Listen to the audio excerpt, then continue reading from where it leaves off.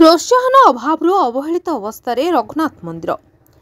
सरकार विभिन्न प्राचीन मंदिर रक्षणाबेक्षण तथा पुनरुद्धार पर प्रयास जारी रखिथिबा बेले नयगढ़ जिला राजसुनाखला अंतर्गत नृसिंहपुर साही स्थित श्री रघुनाथ मंदिर एबे भी अवहेलित अवस्था पड़ रही। एठारे प्रभु श्री रामचंद्र लक्ष्मण और सीता केउ आवाहमान कालरू पूजा पाउछंती। तेबे राम नवमी और अन्य पर्वपर्वाणी समय आखपाख अंचल शह शह श्रद्धालु मानक भिड़ लगी। किंतु मंदिर गर्भगृह एवं मंदिर पार्श्व भांगी भुशुड़ी जिबा अवस्था श्रद्धालु मानकर आसिबा कमिबार लगी।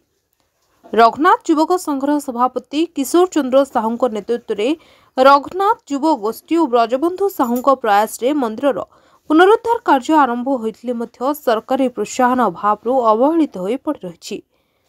सरकारी प्रोत्साहन साधारण दाबी होछि। बोलगड़ू जितेंद्र साहू को रिपोर्ट द न्यूज टुडे।